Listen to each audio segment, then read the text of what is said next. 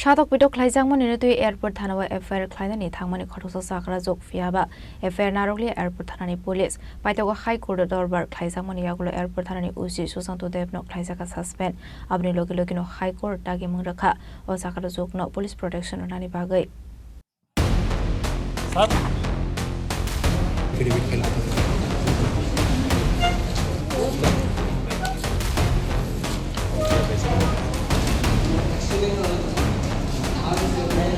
Ashley Party Muti Cox and Anthony Kiran Korang Proshotom Rai Borman Shaka, Libika Lod Mungoi, Korasa Sakra Zokbaham Soba Shatok Pitok de Budok Klaizamani Bago Airport Hanawa Kokshusa Moronai Tamani, Piaban Harosaka Vinikes, Aba Haikino, Osakra Zogno Hanawa Ringi, Langa Hanang Pinang Klaizamani Pokemon Bokashi Family, Party Munuti Shaldang Hankori Espini, Tani Obur.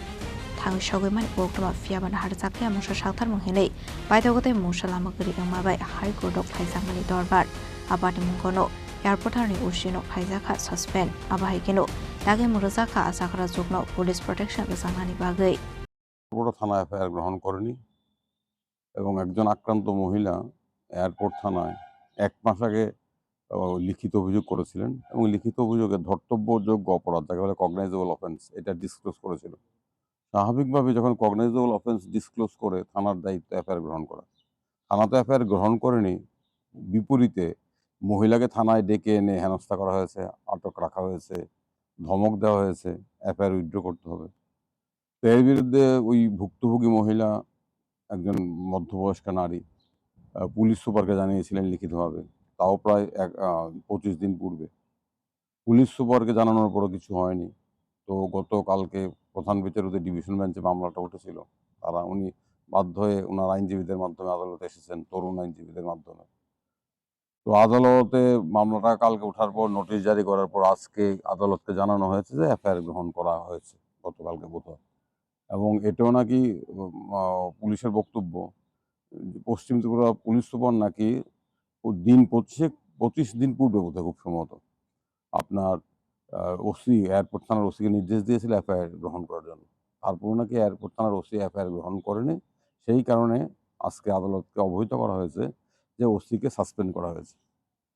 এখন ভদ্রমহিলার আরও বক্তব্য, তাই ওনার আইনজীবীর মাধ্যমে আমিও ছিলাম ওদের সাথে, তরুণ আইনজীবীদের সাথে, যে তাকে গতকালকে ভয়ভীতি দেখানো হয়েছে।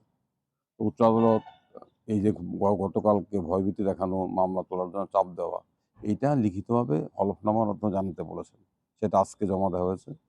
এবং উচ্চ আদালত পুলিশকে নির্দেশ দিয়েছেন ভদ্রমহিলাকে নিরাপত্তা দেওয়ার জন্য, এবং আগামীকাল মামলাটা আবার উঠবে।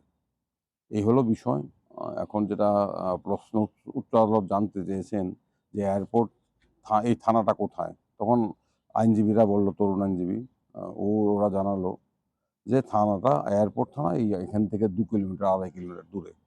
তখন উচ্চ আদালতের প্রধান বিচারপতি মৌখিকভাবে যে পর্যবেক্ষণ করলো সেটা হচ্ছে আগরতলা শহরের মধ্যে থানায় যদি এই অবস্থা হয় তো রাজ্যের অন্যত্র কোথায় কি হচ্ছে, এটা হচ্ছে উচ্চ আদালতের মৌখিক পর্যবেক্ষণ।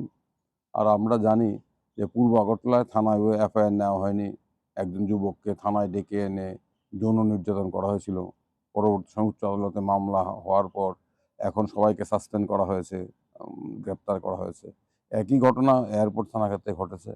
এই ধরনের ঘটনা একদম নতুন নয়, কোনো বিচ্ছিন্ন ঘটনা নয়, এটা সর্বত্রই কম বেশি হচ্ছে। এটাই একটা প্যাটার্ন হয়ে দাঁড়িয়েছে। থানা কোথাও এফআইআর নেয় না। এফআইআর নেওয়ার ক্ষেত্রে থানার দারোগাবাবুরা কিংবা বড়বাবু নিজেদের বিচার বিবেচনা কিংবা আইনের নির্দেশ অনুযায়ী চলেন না, তারা কোনো অদৃশ্য কর্তৃপক্ষের নির্দেশে চলেন। এবং কোন অদৃশ্য কর্তৃপক্ষ এটা আপনারা সবাই জানেন, বলা বাহুল্য। এখন দেখা যাক কি হয়, এবং মানুষকে বারবার আদালতে ছুটে আসতে হচ্ছে।